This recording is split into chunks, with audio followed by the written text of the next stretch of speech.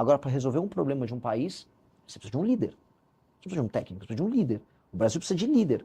Líder eu sou, eu tenho muito mais experiência enquanto líder do que todos eles. Flávio nem coloco, porque a função dele é ser filho. A última coisa que um cara como filho é líder. A função dele é ser, eu sou filho do meu pai, atenção, meu pai, meu nome é Flávio Bolsonaro. Ok, entendi. Eu queria começar falando das pesquisas, você tem crescido nas pesquisas, mas ainda assim você perde com uma diferença considerável para o presidente Lula, assim como todos os outros candidatos identificados com a direita. Somados, os votos desses candidatos ultrapassariam o presidente Lula. Como é que você enxerga o caminho para romper esse cenário? Muito tem se falado em aliança, eu vi que recentemente você se posicionou sobre uma possível aliança com o PSDB, negando, de certa forma. E aí, qual o caminho? Quer dizer, vocês não pensam em unir em prol de uma candidatura única da direita? Nunca, nunca. Eu vou unir com um homem fraco. Quem é fraco? Fraco, todos os outros três que estão concorrendo comigo são homens fracos. Flávio, né, dispensa apresentações, né, ele talvez seja só homem forte do Vorcaro. O Zema puxa saco do Flávio, o Caiado puxa saco do Flávio. Quem é que vai ter coragem de enfrentar o crime organizado quando tem medo de tomar bronca de tia do Zap no Instagram por ter tido uma opinião contrária à família Bolsonaro? Eu não acho que esses caras sejam realmente brabos, né? Eles tentam, não, eu enfrento o crime, enfrenta. Então enfrenta o crime lá do Banco Master do Flávio. Né? Eu acho só engraçado isso. Então, minha pré-candidatura é melhor do que a deles. Então, se eles têm um senso de, vamos dizer, de vocação pública, apoiem quem é melhor. Eu sou mais inteligente. Diferente deles, eu sou presidente do meu próprio partido político. Então, eu não fico igual o Kassab, desculpa, eu não fico igual o Caiado, dependendo do Kassab. Eu não fico igual o Zema tomando pito do Partido Novo. Eu fundei um partido político. Eu não preciso puxar saco nem pedir autorização para ninguém. Eu liderei um impeachment contra Dilma Rousseff, diferente deles. Liderei o próprio Caiado no impeachment de Dilma Rousseff. Ele vinha se consultar comigo, ele ia nas manifestações que eu convocava. Então o que eu quero dizer com isso? Se eles têm espírito público, então eles que se juntem à única pré-candidatura que cresce de verdade e que não precisa puxar saco do Flávio Bolsonaro. Mas você acha que você tem fôlego para crescer a ponto de vencer? Sou mais novo, tenho o meu próprio partido político, tenho a maior militância dessas eleições, tenho a maior campanha em redes sociais dessas eleições. Então, sim, fôlego eu tenho. Tanto que, até respondendo nisso da sua pergunta, você falou, olha, você ainda perde pro Lula. E perde bem. Claro, eu sou desconhecido do eleitorado. Então, esse desconhecimento é literalmente fôlego. Porque eu tenho, diferente deles, eu tenho espaço para crescimento. Minha rejeição é muito menor e meu conhecimento também é menor. Agora, quem me conhece vota? Bom, no público que mais me conhece, que é de 16 a 24 anos, de acordo com a pesquisa Atlas, eu tenho 36%.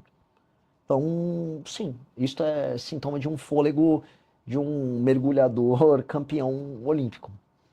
Você falou de rejeição menor, mas de experiência menor também, Renan.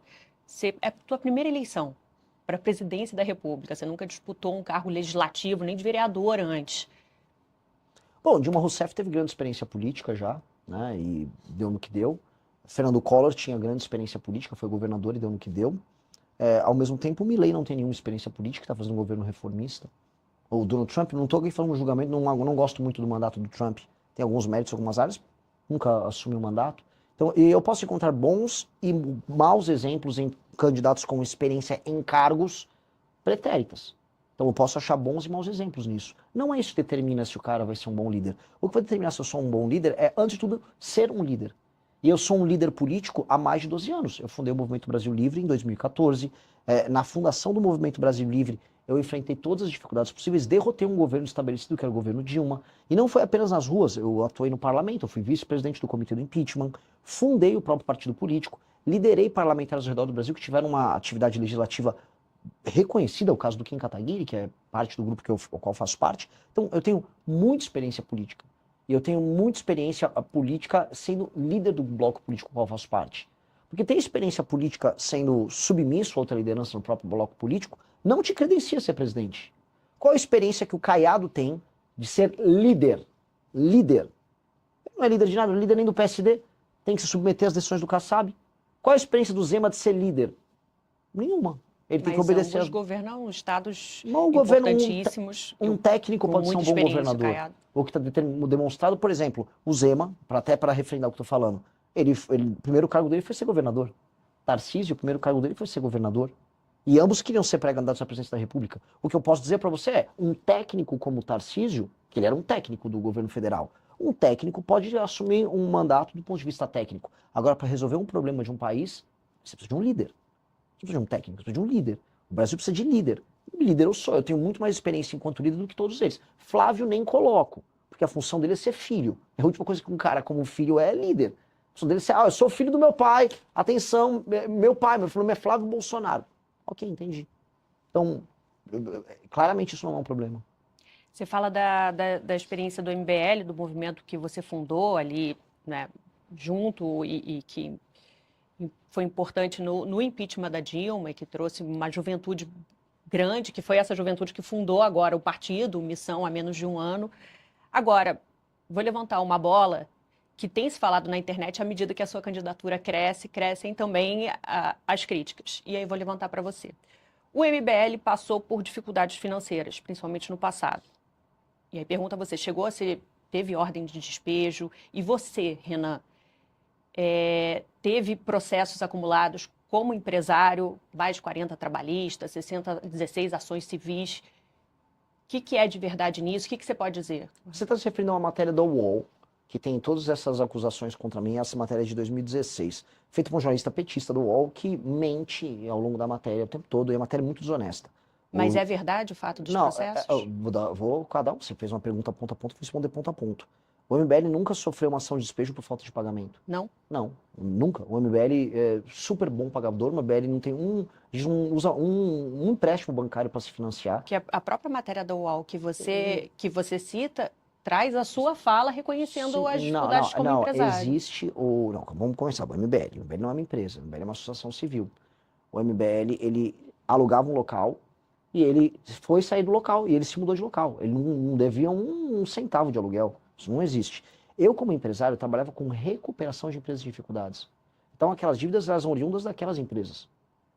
E as empresas contavam com bens para pagar os débitos delas. No meu caso, foi uma empresa. E sabe quanto eu tenho, por exemplo, de dívida daquela época?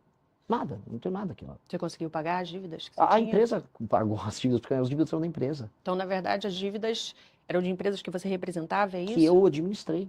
Eu me tornei proprietário de uma empresa, que é uma empresa de portas e janelas de aço, e foi ela. Agora, as pessoas vão lá, você pega o jornalista, e ele fala, porque a família do Renan, do não sei o quê. Não, saiba separar. Meu pai trabalhava com outras empresas, eu trabalhei com uma empresa.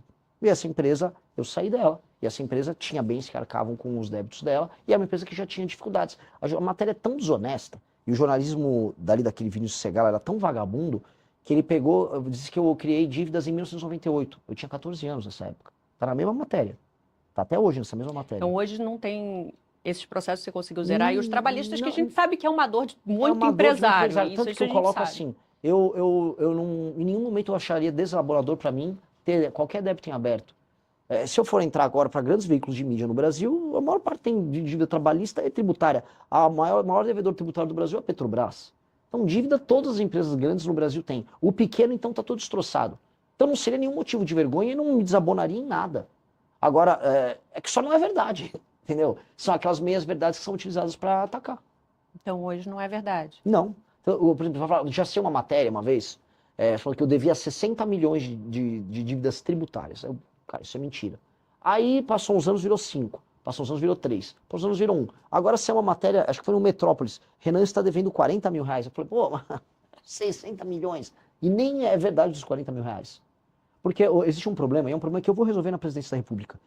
Se você tem uma dívida que ou já caducou, ou foi paga, ela demora para sair do sistema da dívida ativa. Aí as pessoas ficam consultando e fica aparecendo um débito que já não deveria estar lá. Aí você tem que entrar com uma ação contra o Estado para obrigar o Estado a retirar seu... Você entrou? Eu entrei, eu falei, tira isso aí, porque não é mentira. Só que não só contra mim, contra qualquer brasileiro. O Estado brasileiro é muito bom na hora de te cobrar e na hora de jogar a lama no teu nome. Mas na hora de acelerar o processo para limpar teu nome, ele não é. Não, e é importante isso para esclarecer, porque realmente a falta de experiência em cargo político é algo que vai ser cada vez mais questionado, você já está acostumado a responder. E a partir do momento que você responde, você fala, mas eu fundei um partido, eu sou presidente do partido, que tem outros braços, desdobramentos, até empresariais bem-sucedidos. E aí tem uma outra informação que está cada vez circulando mais, à medida que você vai ganhando projeção de que, peraí, esse bem-sucedido não é tão bem-sucedido assim, é importante te ouvir para esclarecer, para falar, olha, hoje houve, não tem mais, O MBL caminha muito bem, enfim, não teve O ordem de MBL, despejo, o é MBL isso. nunca teve nada disso. Assim, você pode despejar uma pessoa por vários motivos. Por exemplo, você não quer mais continuar com aquele contrato. Sim, é uma Não opção só do por falta inquilino. de Sim, pagamento. sim. Exato. Então, foi o caso Foi ali. esse o caso? Foi. Só que aí o jornalista, vou colocar, um jornalista vagabundo, ele bota o que ele quiser na matéria. Volta a colocar, ele falou que eu contraí dívidas em 2000, com 14 anos, em 1998. Tá nessa matéria. Então, eu só lamento. Agora, do ponto de vista da gestão empresarial, o MBL é o maior caso de sucesso disso. O MBL é falando aqui do outro lado, a gente criou a segunda maior revista de cultura e política do Brasil, que é a revista Valete. Só perde para Piauí no número de usuários.